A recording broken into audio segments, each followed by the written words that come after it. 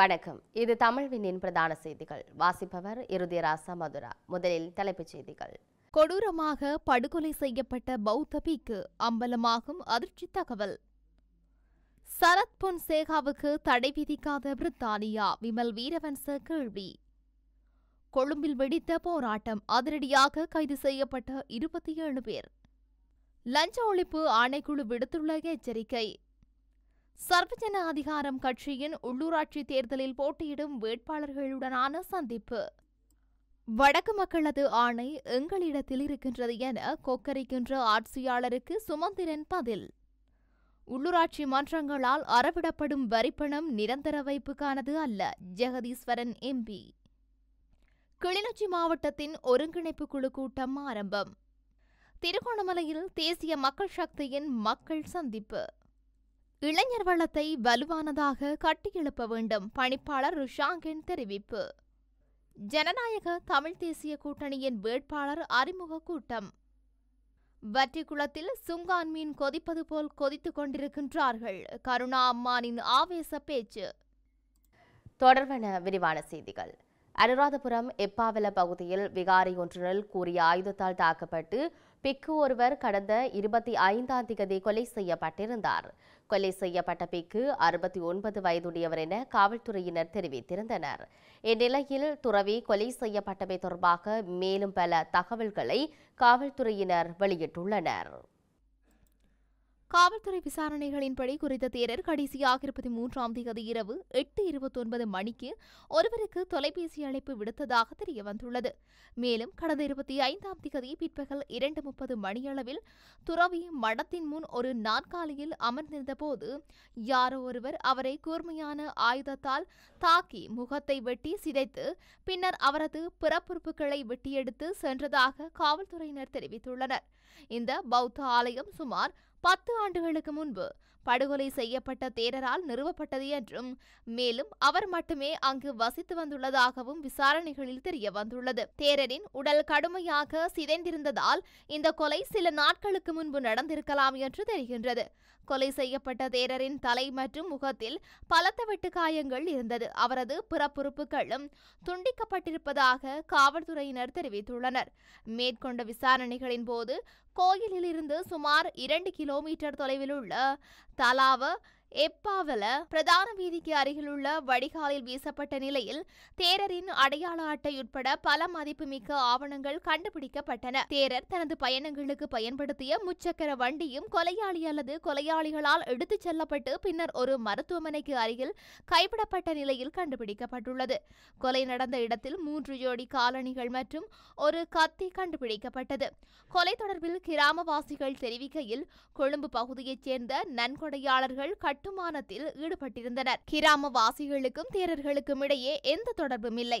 ஒரு சில கிராமவாசிகளை தவிர வேறு யாரும் இந்த விகாரைக்கு சென்றதில்லை. கடந்த 25ஆம் தேதி மதியம் வேறொரு ஆலயத்தின் சேர்ந்த துறவியொருவர் இந்த ஆலயத்திற்கு வருகை தந்தபோது இந்த கொலை சம்பவம் பதிவாகியுள்ளது. ஆலயத்தின் பொறுப்பாளர் ஒரு நாற்காலியில் இறந்து கிடந்தார் என தெரிவித்துள்ளார். இந்த நிலையில் கொலையுடன் தொடர்புடைய சந்தேக நபர்களை உடனடியாக கைது செய்ய நீதிமன்றத்தில் முன்னிலைப்படுத்துமாறு தம்புத்தேகம பதில் நீதவான் சந்திரிகா ஹடப்பிட்டிய எப்பாவல காவல்துறையினருக்கு உத்தரவிட்டுள்ளார்.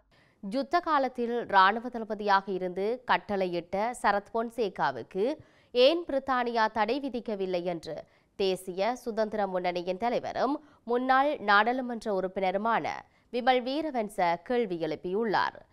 அங்கு அவர் மேலும் தெரிவித்ததாவது, யுத்த காலத்தில் பாரிய மனித உரிமை மீறல்கள் மற்றும் மனித படுகொலைகளில் ஈடுபட்டதாக குற்றம் சாட்டி முன்னாள் பாதுகாப்பு பிரதானிகளான சவேந்திர சில்வா, வசந்த கரன்னாகொட மற்றும் ஜகத் ஜெயசூரிய ஆகியோருக்கு எதிராக பிரித்தானியா தடை விதித்துள்ளது. அதேபோல விடுதலை புலிகள் அமைப்பிலிருந்து விலகி இராணுவத்துக்கு ஒத்துழைப்பு வழங்கிய கருணா அமானுக்கும் தடை விதிக்கப்பட்டுள்ளது. யுத்த காலத்தில் இராணுவ தளபதியாக சரத் பொன்சேகா பதவி வகித்தார். அவரது கட்டளைகளையே சவேந்திர சில்வா, ஜகத் ஜெயசூரிய ஆகியோர் பதவி நிலை அதிகாரிகள் என்ற அடிப்படையில் செயல்படுத்தினார்கள். அவ்வாறாயின் ஏன் சரத் பொன்சேகாவுக்கு பிரித்தானியா தடை விதிக்கவில்லை? விடுதலை புலிகள் அமைப்பினர் கடல் மார்க்கமாக தப்பிச் செல்வதை அப்போதைய கடற்படை தளபதி வசந்த கரன்னா கொடவே தடுத்தார். 1815ஆம் ஆண்டு காலப்பகுதியில் இலங்கையில் மனித படுகொலைகளை படுமோசமாக நடத்தி காடுகளை அழித்து பல்லாயிரக்கணக்கான யானைகளை கொன்று தந்தங்களையும் பெறுமதியான சொத்துக்களையும் கடத்திச் சென்ற பெரிய பிரித்தானியா இன்று மனித உரிமைகள் குறித்து இலங்கைக்கு பாடம் கற்பிக்கின்றது. விடுதலை புலிகள் அமைப்பின் கொள்கைவாதிகளில் பெருமளவிலானோர் பிரித்தானியாவில் வாழ்கின்றார்கள். இவர்களை திருப்திப்படுத்துவதற்காகவே பிரித்தானியா தற்போது இந்த தடையை விதித்துள்ளது. விடுதலை புலிகள் அமைப்பின் கொள்கையால் ஈர்க்கப்பட்டவர்கள் இன்று நாட்டில் உள்ளார்கள். பிரித்தானியாவில் தற்போதைய முறையற்ற செயல்பாடு அளிக்கப்பட்ட விடுதலை புலிகள் அமைப்புக்கு உயிர்ப்பிக்கும் வகையில் உள்ளது. ஏனெனில் கடந்த காலங்களில் நாட்டில் விடுதலை புலிகள் அமைப்புடன் தொடர்புடைய தரப்பினர் தேசியத்துக்கு எதிரான செயல்பாடுகளில் ஈடுபட்டார்கள். நினைவேந்தல் பகிரங்கமாக அனுஷ்டிக்கப்படுகின்றது.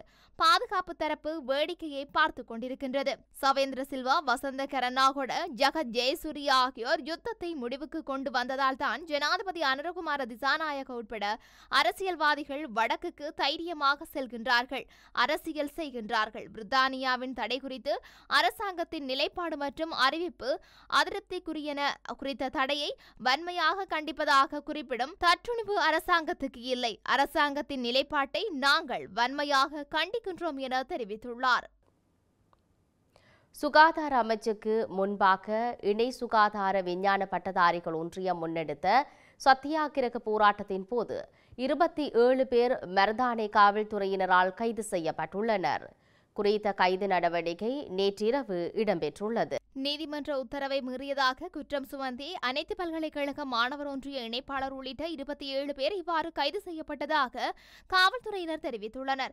இணை சுகாதார பட்டதாரிகளை அரசு சேவையில் இணைத்துக் கொள்ளும் செயல்பாட்டை மட்டுப்படுத்துவதற்கு எதிர்ப்பு தெரிவித்து இணை சுகாதார விஞ்ஞான பட்டதாரிகள் ஒன்றியம் நேற்று முதல் கொழும்பில் சத்தியாகிரக போராட்டத்தை ஆரம்பித்துள்ளது. சுகாதார அமைச்சுக்கு முன்பாக இந்த சத்தியாகிரக போராட்டம் முன்னெடுக்கப்பட்டு வருகின்றது. மருதானை காவல்துறை பிரிவிற்குட்பட்ட வைத்தியசாலை சதுக்கம் சுகாதார அமைச்சிற்கு உட்பிரவேசிக்கும் மற்றும் அதனை அண்டிய பகுதிகளில் உள்ள வீதிகளை மறைக்கும் வகையில் ஆர்ப்பாட்டம் மற்றும் பேரணி நடத்த மாளிகாகந்த நீதவான் நீதிமன்றம் தடை விதித்திருந்தது. நீதிமன்றத்தால் விதிக்கப்பட்ட அந்த தடை இன்று மாலை வரை நடைமுறையில் உள்ளமையும் குறிப்பிடத்தக்கது. கையூட்டல் பெறுவது தொடர்பில் தற்போது நிலவும் சட்டத்தை கடுமையாக்க லஞ்சம் மற்றும் ஊழல் ஆணைக்குழு தீர்மானித்துள்ளது. புதிய ஊழல் எதிர்ப்பு சட்டத்துக்கு அமைய இந்த நடவடிக்கை எடுக்கப்படவுள்ளதாக தெரிவிக்கப்பட்டுள்ளது. கையூட்டல் சம்பவத்துடன் தொடர்புடைய எந்தவொரு நபர் குறித்தும் தராதாரம் பாராது விசாரணை ஆரம்பிக்கப்படும் என அந்த ஆணைக்குழுவின் பேச்சாளர் ஒருவர் தெரிவித்துள்ளார். தலைவரும் நாடாளுமன்ற உறுப்பினருமான திலீப் ஜாவீர கட்சியின் ஊடாக வவுனியா மாவட்டத்தில் உள்ளூராட்சி தேர்தலில் போட்டியிடும் வேட்பாளர்களுடனான சந்திப்பு ஒன்று நேற்றைய தினம் இடம்பெற்றிருந்தது.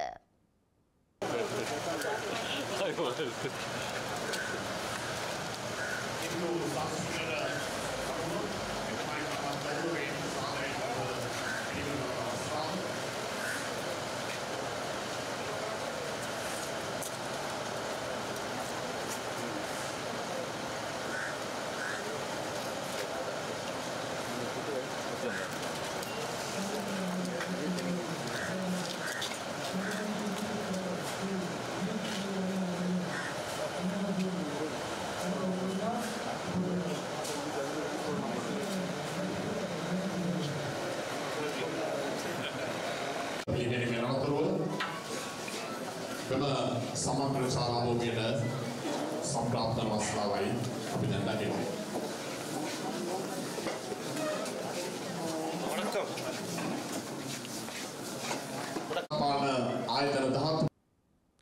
வடக்கு மக்களது ஆணை எங்களிடத்தில் இருக்கின்றது என கொக்கரிக்கின்ற ஆட்சியாளர்களுக்கு நாம் சரியான செய்தியை சொல்ல வேண்டும் என்று இறைமையை உபயோகிக்கின்ற போது கவனமாக உபயோகிக்க வேண்டும் என தமிழரசு கட்சியின் பதில் பொதுச் செயலாளரும் முன்னாள் நாடாளுமன்ற உறுப்பினருமான சட்டத்தரணி எம். ஏ. சுமந்திரன் தெரிவித்துள்ளார்.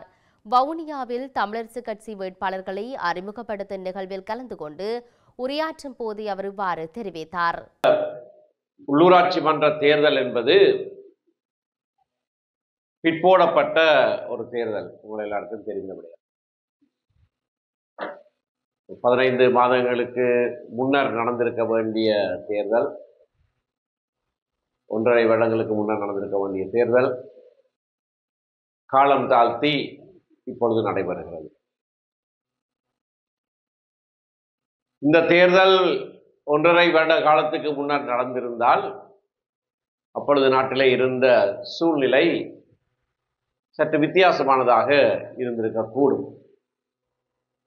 ஆனால் தற்பொழுது இந்த தேர்தல் நடைபெறுகிற சூழ்நிலையிலே எங்களுக்கான சவால்கள் புதிய சவால்களாக இருக்கின்றன. இதுவும் உங்களுக்கு தெரியும்.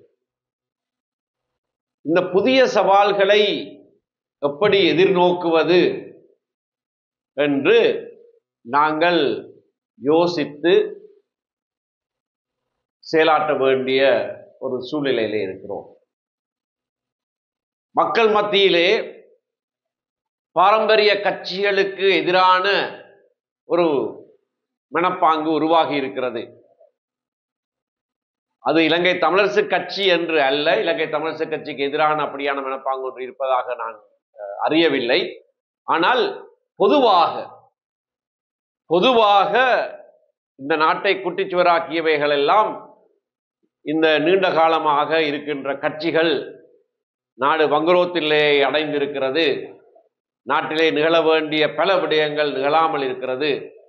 ஒரு மாற்றம், அடிப்படையான மாற்றம் வேண்டும் என்று மக்கள் அங்கலாய்க்கிற ஒரு சூழ்நிலையிலே தான் சென்ற சில மாதங்களுக்கு முன்பதாக பாரிய மாற்றங்கள் நிகழ்ந்திருக்கின்றன. பாரிய மாற்றங்கள் என்று சொல்லுகிற போது அரசியல் சூழ்நிலையிலே முன்னெப்போதும் இல்லாத வகையிலான மாற்றங்கள் நிகழ்ந்திருக்கின்றன. இதனை விவரமாக சொல்ல வேண்டிய தேவை கிடையாது. மக்கள் ஒரு எதிர்பார்ப்போடு இந்த மாற்றங்களை கொண்டு வந்திருக்கிறார்கள். எவரிலேயும் நம்பிக்கை வைத்து கொண்டு வந்தார்கள் என்று சொல்ல முடியாது. ஆனால் இருந்தவர்கள் இருக்கிறவர்களிடையே நம்பிக்கை அற்றுப்போன ஒரு சூழ்நிலையாகத்தான் அது பிரதிபலித்திருக்கிறது. இலங்கை தமிழரசு கட்சி மீது மக்களுக்கு வெறுப்பு இல்லை என்று நாங்கள் திடமாக சொன்னாலும் கூட இலங்கை தமிழரசு கட்சி தொடர்ச்சியாக தங்களுக்கு சேவையாற்றிக் கொண்டிருக்கிறது அல்லது தங்களுடைய உடனடி தேவைகளை கவனிக்கிற விதத்திலே நாங்கள் செயற்படுகிறோமா இல்லையா என்பதை குறித்து மக்கள் மத்தியிலே சந்தேகங்கள் நிலவுகின்றன. நாங்கள் எங்களுடைய இனத்தின் விடிவுக்காக உருவாக்கப்பட்ட கட்சி. அதை நாங்கள் செய்கிறோம், அதை நாங்கள் சொல்லுகிறோம், பலவித முயற்சிகளிலே ஈடுபடுகிறோம்.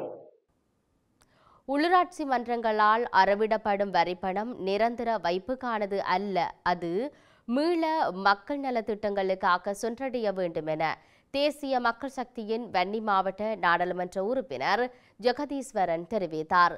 தேசிய மக்கள் சக்தியின் வவுனியா அலுவலக ஊடக சந்திப்பிலேயே அவர் இவ்வாறு தெரிவித்தார். மே மாதம் 6ஆம் தேதி உள்ளூராட்சி மன்ற தேர்தல்கள் முழுவதும் நடைபெற இருக்கின்றது. அந்த வகையிலே இந்த உள்ளூராட்சி மன்ற தேர்தல்களிலே தேசிய மக்கள் சக்தி நிச்சயமாக பெரும்பான்மை பலத்துடன் மன்றங்களை கைப்பற்றும் என்ற நம்பிக்கை எங்களுக்கு இருக்கின்றது. நாங்கள் பொதுமக்களை சந்தித்து கலந்துரையாடும் போதும் ஏனைய புத்திஜீவிகள் போன்றோருடன் அளவலாவும் போதும் அவர்களுடைய அபிப்பிராயங்களை எங்களுக்கு பெறக்கூடியதாக இருக்கின்றது. அந்த வகையிலே தேசிய மக்கள் சக்தி நிச்சயமாக பெரும்பான்மையான உள்ளூராட்சி மன்றங்களை கைப்பற்றும், குறிப்பாக வடமாகாணத்தில் உள்ள உள்ளூராட்சி மன்றங்களை கைப்பற்றும் என்ற நம்பிக்கை எங்களுக்கு இருக்கின்றது. அந்த வகையிலே வன்னி மாவட்டத்திலே உள்ள உள்ளூராட்சி மன்றங்களிலே, குறிப்பாக வவுனியா மாவட்டத்தில் உள்ள உள்ளூராட்சி மன்றங்களிலே எங்களுடைய தேசிய மக்கள் சக்தி நிச்சயமாக மன்றங்களை கைப்பற்றும் என்ற நம்பிக்கை எங்களுக்கு இருக்கின்றது. மக்களும் அதற்கான ஆதரவை எங்களுக்கு நிச்சயமாக வழங்குவார்கள் என்று நம்புகின்றோம். அது மட்டும் இல்லாமல் கடந்த காலங்களிலே உள்ளூராட்சி மன்றங்களை கைப்பற்றிய கட்சிகள் தங்களுடைய நடவடிக்கையை எவ்வாறு நடத்தி செல்வது என்பது கேள்விக்குரிய விடயமாக இருக்கின்றது. உதாரணமாக வவுனியா மாநகர சபையை எடுத்துக்கொண்டோம் என்று சொன்னால், வவுனியா மாநகர சபையை கடந்த காலங்களிலே கைப்பற்றி அதை ஆட்சி புரிந்த இந்த கட்சிகளிட எடுத்து நோக்குவோமானால் செய்யப்பட வேண்டிய பல்வேறுபட்ட வேலை திட்டங்கள் இருக்கின்றன மக்களுக்கு. உதாரணமாக கூறப்போனால் உட்கட்டமைப்பு வசதிகள், ஏனைய மக்கள் நலனோம்பு திட்டங்கள் போன்றவை நடைமுறைப்படுத்த வேண்டிய தேவைகள் பாரிய அளவிலே காணப்பட்ட போதிலும் உள்ளூராட்சி மன்றங்கள் தங்களுடைய மக்களினுடைய வரி, அதாவது மக்கள் மிகவும் கஷ்டப்பட்டு செலுத்தப்படுகின்ற மக்களால் செலுத்தப்படுகின்ற இந்த வரியை தாங்கள் நிரந்தர சேமிப்பில் வைத்து கிட்டத்தட்ட வர்த்தக வங்கிகளுக்குரிய ஒரு நடவடிக்கை போன்ற ஒரு செயற்பாட்டை செய்து வந்திருப்பது என்பது ஒரு வேதனைக்குரிய விடயமாகும். மக்களிடம் வரி பணமாக அறவிடப்படுகின்ற இந்த வரி நிச்சயமாக மக்களுக்கே சென்றடைய வேண்டும் என்பதிலே நாங்கள் உறுதியாக இருக்கிறோம். அந்த வகையிலே கடந்த காலங்களிலே ஏற்பட்ட தவறுகளை திருத்தி மக்களிடம் இருந்து அறவிடப்படுகின்ற வரியாக இருக்கட்டும், வாடகையாக இருக்க வேண்டும், அல்லது அவர்களிடம் பெறப்படுகின்ற முற்பணமாக இருக்கின்றும் எதுவாக இருந்தாலும் அது மக்களுக்கே மீளவும் திரும்பி சென்று அவர்களுடைய நலன் திட்டங்களுக்கு செயற்படுத்துகிற வகையிலே தான் எங்களுடைய உள்ளூராட்சி மன்றங்களை நாங்கள் நிச்சயமாக செயற்படுத்துவோம். கடந்த காலங்களில் இடம்பெற்ற பல்வேறுபட்ட ஊழல்கள் எங்களுக்கு செய்தி ஊடாகவும் பல்வேறு தகவல்கள் ஊடாகவும் அறியக்கூடியதாக இருக்கின்றது. அவ்வகையான ஊழல்கள் தொடர்பாகவும் நிச்சயமாக எதிர்காலங்களிலே நாங்கள் பொருத்தமான நடவடிக்கைகளை எடுப்போம் என்றும் இவ்விடத்திலே கூறிக்கொள்கின்றோம். அத்தோடு தேசிய மக்கள் சக்தியின் ஆதரவு என்பது கணிசமான அளவு பாராளுமன்ற தேர்தலை விட கூடிய அளவிலேயே காணப்படுகின்றது. அந்த வகையிலே நிச்சயமாக மக்கள் எங்களுடைய ஆட்சிக்கு ஒரு உறுதியான ஒரு நிலைப்பாட்டை எடுத்து எங்களுக்கு ஆதரவு வழங்குவார்கள் என்ற நம்பிக்கை எங்களுக்கு இருக்கின்றது. கிளிநொச்சி மாவட்டத்தின் ஒருங்கிணைப்பு குழு கூட்டம் கிளிநொச்சி மாவட்ட செயலக மாநாட்டு மண்டபத்தில் இன்று கடத்தொழில் அமைச்சரும் மாவட்ட ஒருங்கிணைப்பு குழு தலைவருமான ராமலிங்கம் சந்திரசேகர் தலைமையின் கீழ் வடக்கு மாகாண ஆளுநர் நாகலிங்கம் வேதநாயகன் பங்கேற்புடன் ஆரம்பமாகியிருந்தது. தேர்தல் ஆணைக்குழுவினுடைய தவிசாளருடைய தலைமையிலே நடைபெற்ற கூட்டத்திலே இந்த மாதத்திற்கு ஒருங்கிணைப்பு குழு கூட்டத்தில் வடக்கு மாகாணத்தினுடைய அனைத்து அமைச்சுக்களினுடைய செயலாளர்களே,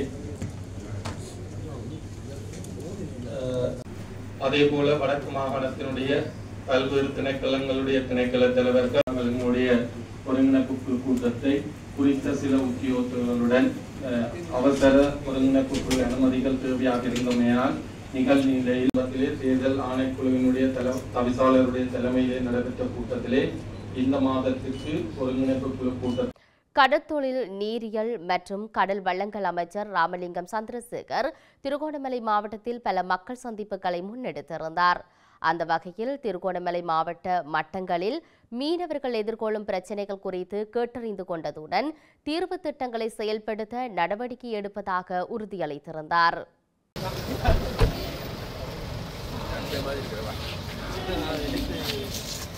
அந்த தம்பி சொன்ன போன்ல காட்டின விஷயங்கள் சரியா, அந்த தகவல்கள் எங்களுக்கு அனுப்பும் சரியா. வேறு ஆட்டுகள் இப்போ எனக்கு அனுப்புங்க, அல்லது நம்மளோட பாராளுமன்ற உறுப்பினர் கையில் கொடுக்கணும் சரியா. நம்மளோட போனு காட்டுங்க சரியா. அது சம்பந்தமாக நாங்கள் தேடி பார்க்குறோம் உண்டு சரியா. 2021ஆம் ஆண்டு காண போகணும். இப்போ நம்ம பார்க்க வேண்டியிருக்கிறதுக்கிட்ட அவங்களோட குடும்பங்களுக்கு ஏதாவது செய்கிறதா, அவங்க குடும்பங்களோட நிலைமை எப்படிங்கிறது பார்க்கணும் சரியா. அதுகளை பற்றி நாங்கள் கவனத்தில் எடுக்கணும் ஒன்று. ரெண்டாவது, இப்போ அப்படியா காணாமல் போனவர்கள் சம்பந்தமாக உடனடியாக எங்களுக்கு தகவல் கிடைக்கும். தகவல் கிடைத்த மறுநிமிடமே நாங்கள் இதுக்கு நேவி ஊடாக நடவடிக்கை எடுத்தது இருக்குது. ஒரு சில ஆட்கள் 20 நாள் 30 நாள் பிறகு அவங்க கண்டுபிடிக்கப்படுறதும் இருக்குது. ஒரு சில ஆட்கள் 2-3 நாட்களில் கண்டுபிடிக்கிறதும் இருக்குது. ஒரு சில ஆட்கள் போதைப் பொருள் கடத்தப்பட்டு கைது செய்யப்பட்டு இன்றைக்கு இந்தியாவிலும் சிறையில் இருக்கிறார்களும் இருக்கிறாங்க. அப்போ அந்த இடத்துல நான் சொல்கிறது, போதைப் பொருள் கடத்தி கொண்டு சென்று கைது செய்யப்படுது, அதுக்குன்னா நான் பொறுப்பேற்க மாட்டேன். பெரிய யாராக இருந்தாலும் சரி. ஆனால் மீன்பிடிக்க போயிட்டு தவறுதலாக இந்தியாவுக்கு போயிருப்பாங்களா இருந்தால், அப்படி கைது செய்யப்பட்டிருக்குமா இருந்தால் அவர்களுக்கான நடவடிக்கையை நாங்கள் எடுக்கணும் சரியா. அண்மையில் கூட உங்களுக்கு தெரியும், இப்போ அம்பாறை பிரதேசங்களில் 4 பேரை விடுதலை செஞ்சோம் சரியா. யாழ்ப்பாணத்திலிருந்து 2 பேரை விடுதலை செய்யும். அப்போ அவர்களை விடுதலை செய்யறதுக்கான முழு பொறுப்பு நான். சரியா? என்ன அவர்களுக்கு ஃப்ளைட் செலவு அதுக்கு எல்லாமே நான். ஆனால் ஒரு விஷயத்தை மறந்துடக்கூடாது, நம்மட நாடு மாதிரி இல்லை இந்தியா. இந்தியாவில் சட்டங்கிறது சட்டம் தான். அவங்க அந்த சட்ட நடவடிக்கை எல்லாமே செய்து முடித்த பிறகு தான் அவங்களை விடுதலை செய்கிறதா இல்லையாங்கிறத பற்றி கன்சிடர் பண்ணுறது கூட இருக்கு. இப்போ நேற்று முதல் நாள் நான் கண்டே ஒருத்தர் இந்தியாவில் சிறப்பு முகாமில் தடுத்து வைக்கப்பட்டிருக்கிறார். எப்படியோ போகணுன்னு கிடைச்சி எழுதிக்கிட்டு சொல்லிக்கொண்டு அழுறார். சரியா? பிறகு இப்போ தமிழ்நாட்டில் நம்மளோட தூதுவரும் இல்லை, உடனடியாக அங்கே இருக்கிறார் முதலாவது செயலாளர் இருக்கிறார், அவருக்கு சொல்லி உடனடியாக இந்த பிரச்சனை பாரு. இளைஞர்களின் எதிர்காலத்தை மேம்படுத்தும் வழிகாட்டிகளாக நாம் இருக்க வேண்டுமே தவிர அவர்களின் முயற்சிகளுக்கு தடையானவர்களாக இருக்கக்கூடாது என சுட்டிக்காட்டிய சிகரம் நிறுவனத்தின் நிறைவேற்று பணிப்பாளர் ருசாங்கன், அதுக்கான ஒரு வழிமுறையே வேலையற்ற பட்டதாரிகள் பிரச்சினைக்கான தீர்வை காண்பதற்கான முயற்சியும் இருக்கின்றது என தெரிவித்துள்ளார். 2009ஆம் ஆண்டு யாழ்ப்பாணத்திலே ஆரம்பித்து வடக்கு மாகாணம் தழுவிய அளவிலே எங்களுடைய இளைஞர்களுக்கு, மாணவ இளைஞர்களுக்கு கல்வி தொழில் வழிகாட்டி சேவையை வழங்கி, தொழில் சார்ந்த பயிற்சிகளை வழங்கி, தொழில் வாய்ப்புகளையும் வழங்கிய ஒரு நீண்ட அனுபவத்தை கொண்டவனாக இத்தனை கால என்னுடைய சேவைகளிலே இன்னும் ஒரு புதிய பாய்ச்சலாக அல்லது புதிய முயற்சியாக இப்போது நான் ஆரம்பிச்சிருக்கக்கூடிய college of arts and professional studies என்று சொல்லப்படக்கூடிய ஒரு புதிய முயற்சி பற்றிய ஒரு விளக்கத்தை தருவதே இந்த ஊடக சந்திப்பின் பிரதான நோக்கமாக இருக்கிறது.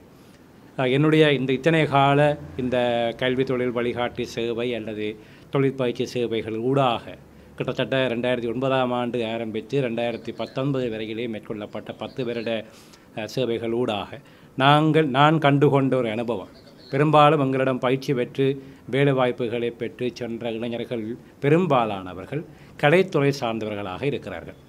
இந்த கலைத்துறை சார்ந்தவர்கள் தான் காப்போத்த உயர்தரத்துக்கு பின்னர் மேற்கொண்டு என்ன படிப்பது அல்லது என்ன தொழிலுக்கு செல்வது என்று தெரியாதவர்களாக, பல்கலைக்கழகம் சென்று கல்வி கற்றாலும் அதன் பின்னர் பட்டத்தை பெற்ற பின்னரும் வேலையற்ற பட்டதாரிகள் என்று தங்களை தாங்களே கூறிக்கொண்டு தொழில் வேண்டும் என்று கேட்டு போராட வேண்டிய நிலைமைக்கு தள்ளப்பட்டிருக்கிறார்கள்.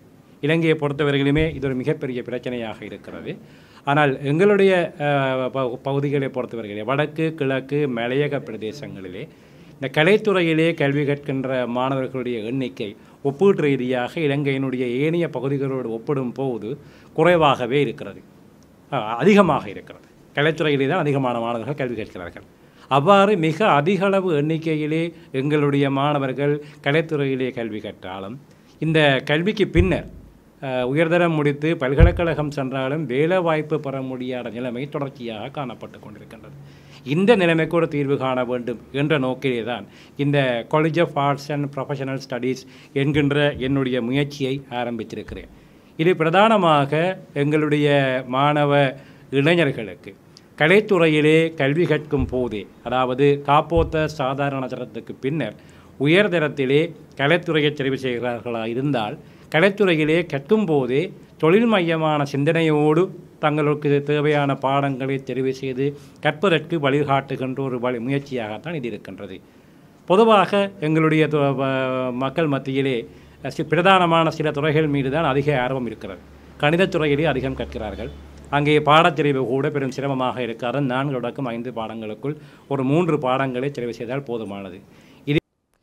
ஜனநாயக தமிழ் தேசிய கூட்டணியின் சாவகச்சேரி பிரதேச சபை வேட்பாளர் அறிமுக கூட்டம் இடம்பெற்றது. ஜாழ் சாவகச்சேரி பகுதியில் சாவகச்சேரி பிரதேச சபையின் முன்னாள் உபதவிசாளரும் தற்போதைய வேட்பாளருமாகிய மயூரன் தலைமையில் குறித்த கூட்டம் இடம்பெற்றது. பெண்களை நியமியுங்கள் என்று சொல்லி தேர்தல் ஆணையாளரே உத்தரவு போடுவார். ஆகவே இதில் இருக்கக்கூடிய நீங்கள், உங்களில் பலர் விரும்பியோ விரும்பாமலோ நீங்கள் உள்ளூராட்சி சபைக்கு அல்லது பிரதேச சபைக்கு போகத்தான் போகிறீர்கள். அது தவிர்க்க இயலாது, அது சட்டம். அந்த சட்டத்தின் பிரகாரம் நீங்கள் போக வேண்டும் என்று சொன்ன தேவை இருக்கு. இப்பொழுது என்ன ஒரு விடயம் வந்திருக்கிறது, இளைஞர்களுக்கு வாய்ப்பு கொடுத்தல், இளைஞர்களுக்கு முன்னுரிமை கொடுத்தல். இதில் பல பேர் இளைஞர்களாக இருக்கின்றீர்கள். அது ஏனென்று சொல்லி சொன்னால், ஒரு கிராமத்துக்கு தலைமைத்துவம் கொடுப்பதற்கு, உங்களுடைய வட்டாரங்களுக்கு தலைமைத்துவம் கொடுப்பதற்கு, வட்டாரத்தில் புதிய புதிய ஆட்களை உருவாக்குவதற்கு அரசாங்கம் இளைஞர்களுக்கு முன்னுரிமை கொடுக்க வேண்டும் என்று யோசிக்கின்றது.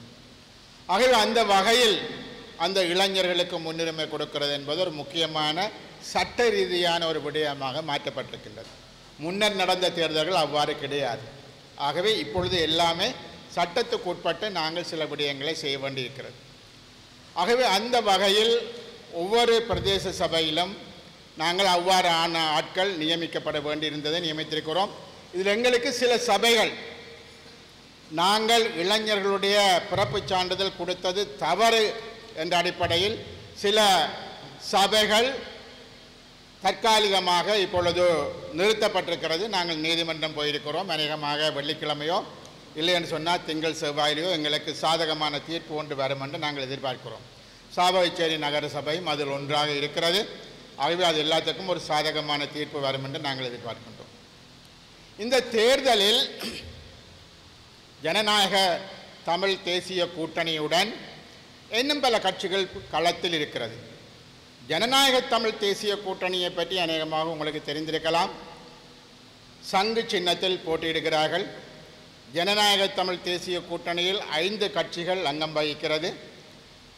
EPRLF இருக்கிறது, டெலோ இருக்கிறது, புலட் இருக்கிறது. ஜனநாயக போராளிகள், விடுதலை புலிகளை சார்ந்த ஜனநாயக போராளிகள் இருக்கிறார்கள்.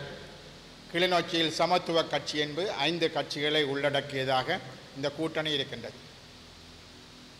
எமது கூட்டணியுடன் ஏனைய தரப்புகளாக ஆளும் கட்சி, ஆளும் தரப்பு, தேசிய மக்கள் சக்தி என்று சொன்னால் ஆளும் தரப்பு NPP என்று ஆங்கிலத்தில் சொல்வார்கள், அவர்கள் இந்த போட்டி களத்தில் நிற்கின்றார்கள்.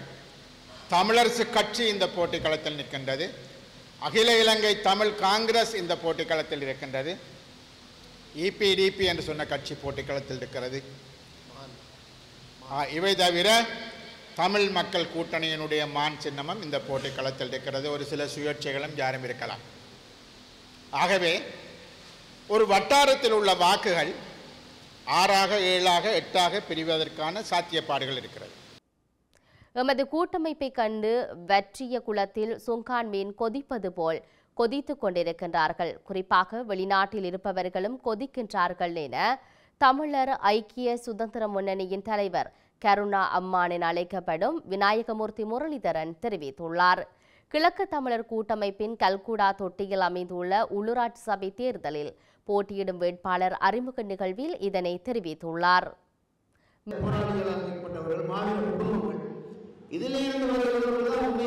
மக்களை ஆள வேண்டும். அதற்காகத்தான் தற்பொழுது நாங்கள் இந்த கூட்டமைப்பை உருவாக்கி இன்று பரந்துபட்ட அடிப்படையில் இந்த உலக மட்டத்திலே ஒரு பேசுபொருளாக மாற்றப்பட்டிருக்கிறது. அண்மையிலே உங்களுக்கு தெரியும், பிரித்தானிய அரசாங்கம் கருணாமனுக்கு தடை விதிச்சிருக்கோம் வரையில. இப்போ நாங்கள் பிரிட்டிஷ் அடக்க போகிறோம், பிரிட்டிஷ் அரசாங்கத்துக்கு தடை விதிக்கிறதுக்கு கூட கிடையாது. அப்போ இவ்வளோ நாள் இந்த கடை இப்போ கூட்டு சேர்ந்தோட தடை விதிச்சாங்க. அப்போ இதில் உண்மையாக உங்களுக்கு தெரியும், இதெல்லாம் ஒரு அரசியல் தான ஒரு நாடகங்கள் தான். ஏன்னா நான் உங்களுக்கு தெரியும், பிரிட்டிஷ் அரசாங்கத்தில் கிட்டத்தட்ட 87ஆம் ஆண்டு 87, 88, 86 அந்த பகுதியில் கைது செய்யப்பட்டு அங்கே சிறைச்சாலையில் இருந்தான். கிட்டத்தட்ட 8 மாதம் இருந்தீங்க.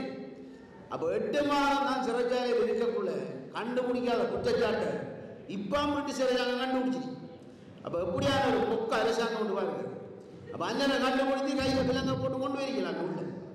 அவனால் தான் பாதுகாப்பாக கொண்டு போய் விட்டாளுங்க. அவங்களோட அரசு மதியாவையோட கர்நாடகா விமான நிலையம் வரைக்கும் ஆயுதத்தோடு வந்தாங்க நிறக்கிறது. அப்போ அப்படி கொண்டு விட்ட பிரிட்டிஷ் அரசாங்கத்துக்கு இப்போ முளைஞ்சிருக்கி கருணாமா முடியாது. ஆகவே இதெல்லாம் ஒரு தமிழர்கள எங்களுடைய குறிப்பாக கிழக்கு தமிழர்கள இருப்பை சூறையாடுவதற்கான நடவடிக்கை. இதற்காக புலம்பெயர்ந்து வாழ்கிற சில அடிவருதிகளும் ஒத்துழைத்து கொண்டிருப்பாங்க. அப்போ இதெல்லாம் வீசி அறிந்து வந்து நாங்கள் பழமொழி இருக்கு, காய்க்கிற மரத்துக்கு தான் கல்லு. அப்போ இப்போ எங்களுக்கு தான் அறிவு விளங்காத.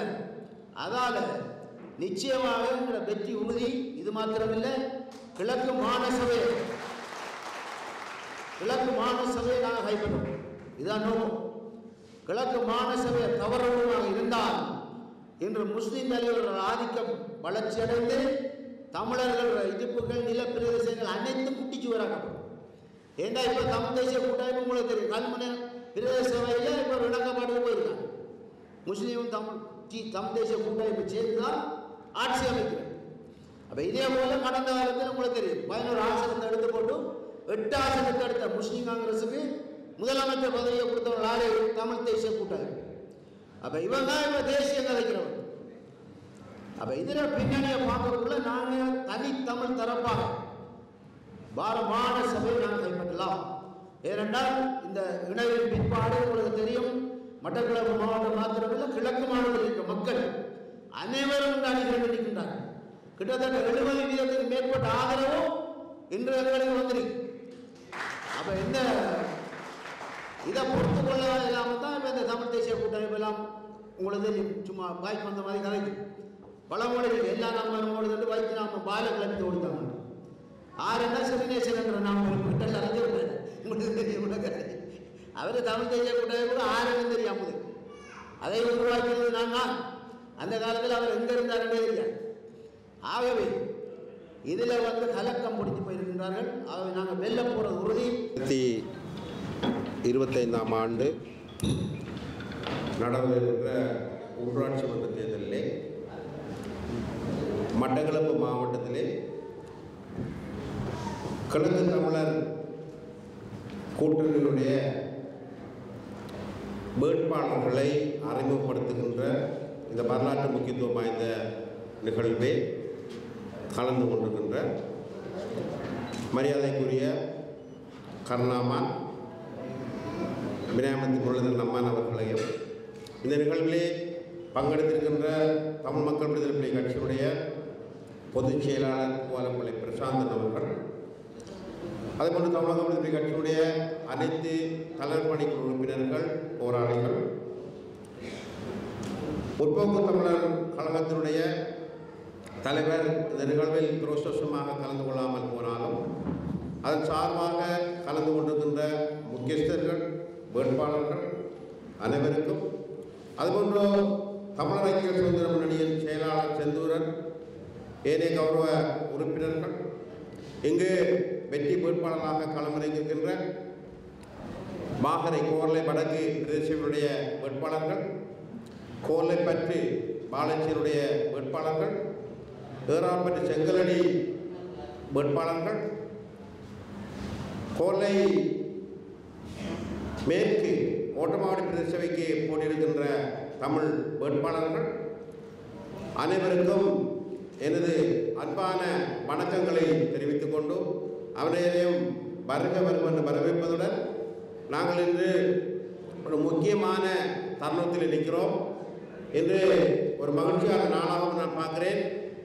உங்களுக்கு தெரியும், நாங்கள் இந்த மண்டபத்திலே ரஜி அண்ணனுடைய பெயரால் இந்த மண்டபம் கட்டப்பட்டிருக்கிறது. அது அவர் பிறந்த மண்ணிலே இருக்கிறது. அவர் கருணாமானுடைய அண்ணனாவார். கிழக்கிலே ஒரு உறுதியான தலைவர்கள் உருவாக வேண்டும் என்பதற்காக தன் உயிரையும் ஆகுதியாக்கியவர். அதுபோல் இன்று காலையிலே கிரான் விநாயகரை வணங்கி இந்த கிழக்கு தமிழர் கூட்டமைப்பு ஒரு உறுதியான அமைப்பாக கிழக்கு மாகாண அரசியல் சமூக பொருளாதார மேம்பாட்டில் அரணாக மிளிர வேண்டும் என்று ஒரு நல்ல சிந்தனையோடு நாங்கள் இங்கு கூடியிருக்கிறோம். இந்த உள்ளாட்சி மன்றத்தினுடைய வெற்றி என்பது கிராம மட்ட தலைவர்களை உருவாக்குகிற வெற்றி. உங்களுக்கு தெரியும், இந்த மண்டபமும் கோல்லைப்பற்று பிரதேச சபைக்கு சொந்தமானது. இது சரியாக பராமரிக்கப்பட்டு பொது சேவை வழங்கினால் சாதாரண மக்கள் நன்மை அடைவார்கள், பிரதேச சபையும் நன்மை அடையும். வருடம் ஒன்றுக்கு 10 லட்சம் ரூபாய் வருமானத்தை இதனால் ஈட்ட முடியும். ஆனால் இப்போ பாருங்கள், இது சரியாக பராமரிக்கப்பட்டிருக்கிறதா என்றால் இல்லை. ஆகையால் இதிலே அமர்ந்திருக்கிற வேட்பாளர்கள் நீங்கள் வெற்றி பெறுவது உள்ளூரில் இருக்கிற உங்களுடைய சொத்துக்களை பாதுகாப்பதற்கும், உள்ளூரிலே உங்களுடைய கிராமங்களில் இருக்கிற உட்கட்டுமான வசதிகளை பெருக்குவதற்கும், உங்களுடைய சேமக்காலைகள், சவுக்காலைகள், குடிநீர் வசதிகள், பொது இடங்கள், விளையாட்டு மைதானங்கள், சிறுவர் பூங்காக்கள் போன்ற உள்கட்டுமான வசதிகளை மேம்படுத்தி உள்ளூர் சேவையை வழங்குவதற்கு உங்களுடைய செயல்பாடு 100% சமூக செயற்பாடாக இருக்க வேண்டும். இதற்காகத்தான் நாங்கள் முதலிலே உள்ளாட்சி மன்றங்களுக்கான ஒரு கூட்டமைப்பை உருவாக்கி கிராம மட்டத்தில் இருந்து எங்களுடைய அமைப்பு கட்டியெழுப்பப்பட வேண்டும் என்பதற்காக நாங்கள் கிழக்கிலே தலைமைகளாக இருந்து நீண்ட காலமாக கிழக்கு மண்ணை கட்டியெழுப்பி இன்று நாங்கள் நிச்சயமாக சேர்ந்தால் மாத்திரம்தான் கிழக்கினுடைய தலைவிதியை மாற்ற முடியும் என்ற அடிப்படையிலே சேர்ந்திருக்கிறோம். மீண்டும் தலைப்புச் செய்திகள். கொடூரமாக படுகொலை செய்யப்பட்ட பௌத்த பிக்கு அம்பலமாகும் அதிர்ச்சி தகவல். சரத் பொன்சேகாவுக்கு தடை விதிக்காத பிரித்தானியா, விமல் வீரவன்ச கேள்வி. கொழும்பில் வெடித்த போராட்டம், அதிரடியாக கைது செய்யப்பட்ட 27 பேர். லஞ்ச ஒழிப்பு ஆணைக்குழு விடுத்துள்ள எச்சரிக்கை. சர்வஜன அதிகாரம் கட்சியின் உள்ளூராட்சி தேர்தலில் போட்டியிடும் வேட்பாளர்களுடனான சந்திப்பு. வடக்கு மக்களது ஆணை எங்களிடத்தில் இருக்கின்றது என கொக்கரிக்கின்ற ஆட்சியாளருக்கு சுமந்திரன் பதில். உள்ளூராட்சி மன்றங்களால் அறவிடப்படும் வரிப்பணம் நிரந்தர வைப்புக்கானது அல்ல, ஜெகதீஸ்வரன் எம்பி. கிளிநொச்சி மாவட்டத்தின் ஒருங்கிணைப்பு குழு கூட்டம் ஆரம்பம். திருகோணமலையில் தேசிய மக்கள் சக்தியின் மக்கள் சந்திப்பு. இளைஞர் வளத்தை வலுவானதாக கட்டியெழுப்ப வேண்டும், பணிப்பாளர் ருஷாங்கன் தெரிவிப்பு. ஜனநாயக தமிழ் தேசிய கூட்டணியின் வேட்பாளர் அறிமுக கூட்டம். வற்றிக்குளத்தில் சுங்கான் மீன் கொதிப்பது போல் கொதித்துக் கொண்டிருக்கின்றார்கள், கருணா அம்மானின் ஆவேச பேச்சு. இத்துடன் தமிழ்வினின் பிரதான செய்திகள் நிறைவு பெற்றன. உடனுக்குடன் செய்திகளை அறிந்து கொள்ள தமிழ்வின் என்ற எமது யூடியூப் பக்கத்தினூடாக இணைந்திருங்கள். வணக்கம்.